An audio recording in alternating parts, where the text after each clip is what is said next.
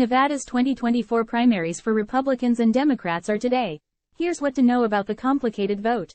Washington, Nevada is set to host its first in the West presidential nominating contest on Tuesday.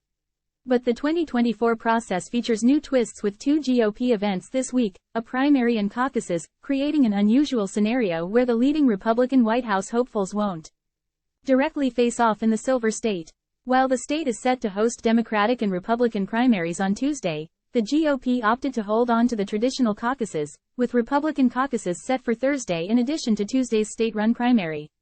The result is a confusing process that some expect to hinder turnout, and likely lead to both former UN Ambassador Nikki Haley and former President Donald Trump declaring victory in the state, though only one will walk away with its delegates. A change to state law in 2021 by the majority Democratic legislature, after years of dwindling attendance at caucuses, transitioned the state from party-run caucuses to government-run primaries going forward.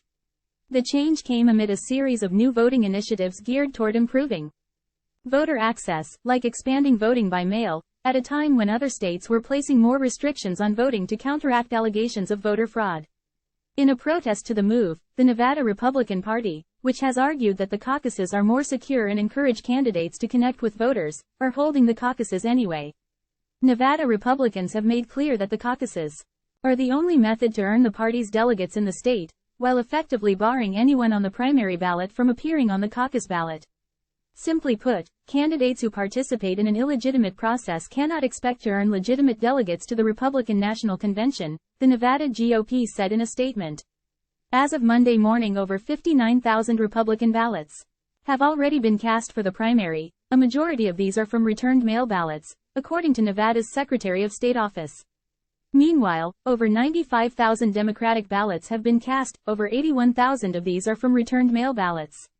President Biden faces author Marianne Williamson on the ballot, along with a list of lesser-known candidates. Representative Dean Phillips of Minnesota will not be on the Democratic ballot in Nevada, having entered the race after the filing deadline passed. 36 Democratic delegates are up for grabs, though any challenger to Biden would have to meet the threshold of 15% statewide, or in a congressional district, to qualify for any delegates. On the Republican ballot will be Haley, whose name will be joined by former White House hopefuls Senator Tim Scott of Florida and former Vice President Mike Pence, both of whom have suspended their campaigns. Trump, along with the others who had been seeking the GOP nomination, like Governor Ron DeSantis, also won't appear on the primary ballot, having opted to participate in the caucuses instead. Voters also have the option to select none of these candidates, though write-in votes are not permitted. Trump chose not to appear on the primary ballot, opting instead to appear on the GOP caucus ballot, alongside long-shot White House hopeful Ryan Binkley. Trump's opponents have claimed that the effort to keep the caucuses going in the state was pushed by the former president's allies. The state Republican Party also established rules against any meaningful involvement, such as the distribution of literature by super PACs at the caucus, which irked some campaigns, such as DeSantis, which leaned heavily on organizing efforts from outside groups. Trump nodded to Haley's choice to appear on the primary ballot, rather than in the caucuses, in remarks after his victory in New Hampshire, saying she'd decided not to play in Nevada. "I did hear Nikki say, it's off to South Carolina, and I do love South Carolina, but she forgot one thing. Next week it's Nevada," Trump said in his New Hampshire victory speech in January. "And I'm pleased to announce we just won Nevada, 100%. Polls close at 7 p.m. local time on Tuesday in the Nevada primaries.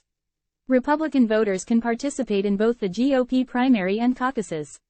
On Thursday, the GOP caucus hours are 5 p.m. to 7:30 p.m. local time. Haley, if she wins the primary, will not be awarded any delegates, which are tied to the caucuses. She likely will tout the showing on Tuesday as a success, hoping to garner new momentum heading into South Carolina's primary contest later this month. Trump picked up 20 delegates in Iowa and 13 in New Hampshire, while Haley picked up 8 in Iowa and 9 in New Hampshire. A candidate needs 1,215 delegates to capture the GOP nomination.